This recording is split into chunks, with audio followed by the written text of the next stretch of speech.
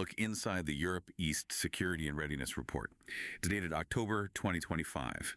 And this isn't really about, big dramatic incidents. It's more about the constant, maybe even exhausting routine that keeps things stable in European border states. That's exactly it. Our mission here is really to pull out the key insights from this report. And the central theme, you could say, is deterrence by routine.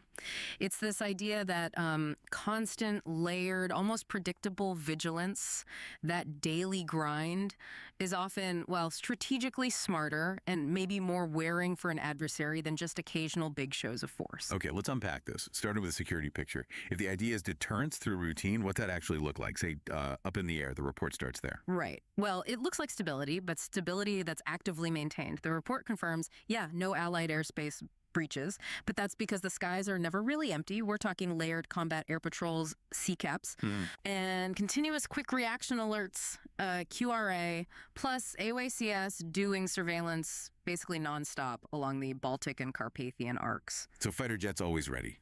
AOACS always watching. Pretty much. The message is, we're watching. Constantly. And the rules of engagement, the ROE, they're firm. That shoot if inside rule hasn't changed. Okay, that kind of sustained presence must cost a fortune. And the report seems to link that to procurement, getting the actual kit out there. It mentions accelerating something called the safe tranches. What exactly are those, and why is speeding up their delivery schedules a big deal right now? Good question. The safe tranches are, they're the money streams, funding commitments for the essential gear. Tightening up the delivery SLAs, the service level agreements, it basically means they're trying to turn paperwork promises into actual kit in the field faster. What kind of kit are we talking about? Everything from advanced sensors, electronic jammers, to SHRAD. SHRAD, short-range air defense. Exactly. The kind you need to protect specific points, like bases or critical infrastructure. And importantly, repair spares. It's about pushing that stuff out of warehouses and making sure it's usable. Procurement's really pushing hard now. That makes sense, moving from just air cover to more ground-level defense, especially with the electronic threats the report mentions. Electronic warfare, EW, and GNSS spoofing. GPS jamming, basically. Yeah, that's a persistent one. A constant background noise, almost. And the report notes the specific timing. It often happens in that window from sunset to late evening. Why then? Well, think about it. Visibility drops, people get tired, human error rates go up. It's strategic. The EW isn't really aiming for, dramatic crashes. It's designed to degrade systems, to exhaust operators, to force errors. So the impact is what? Things that don't work as well. Pretty much. Aviation, trucking, vital logistics, they have to switch to degraded mode procedures. Imagine driving a truck and your GPS is constantly fritzing out. You're back to maps, maybe magnetic compasses. It slows everything down, adds friction. And to counter that, they're expanding defenses. Counter UAS, drone defense drills, moving into places like rail yards, airport aprons, civilian adjacent areas. That's a key shift. It's not just about protecting military sites anymore. So protecting the economy too. Absolutely. Hitting a big rail hub or an airport apron with cheap drones can really gum up supply chains. So expanding those detect, decide, defeat protocols and sharing drone ID info better across borders, it's about keeping the economy moving, protecting resilience. Okay. So if we connect this to the bigger picture, you mentioned the SCALE insights.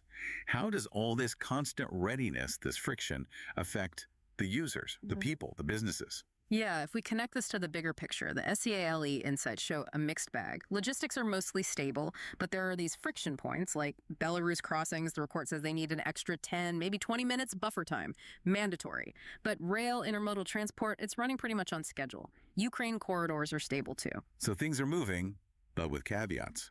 What do people actually need in this environment? That's the interesting part. For logistics, the report stresses they need predictability, like really reliable ETAs they can bank on, even with those delays. Okay. But for residents, it's different. They're apparently getting overwhelmed by information. What they need, the report says, are crisp, need-to-act pings, not just constant background noise. That brings up the constraint flip idea in the report, that clarity volume. Fewer, but sharper alerts are better.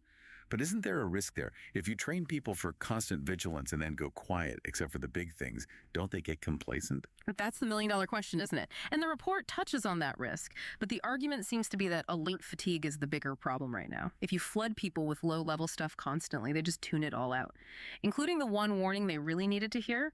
So the focus is shifting to making sure that critical alert absolutely gets through flawlessly. Makes sense. The analogy they use sums it all up nicely. Treating the flank like winter ops, Yeah. slow, layered, disciplined. It paints a picture of methodical, maybe even tedious effort. Exactly. It's that relentless grind. So what does this all mean? I guess it means that the quiet skies, the relative stability, it isn't luck. It's constant, high-effort maintenance. Precisely. The routine is the deterrence. It's hard work day in, day out. Okay, so for you listening, here's something to chew on. Based on the report's 48 to 72-hour watch items, keep an eye on what gets the next big funding award in procurement. Will it be the next-gen sensors, or maybe those Esche-Reed missile systems, or just boosting munitions stockpiles? Yeah, which of those gets prioritized next? The sequencing of those big buys. That'll tell you a lot about the strategic thinking and where they see the priorities shifting in the coming months.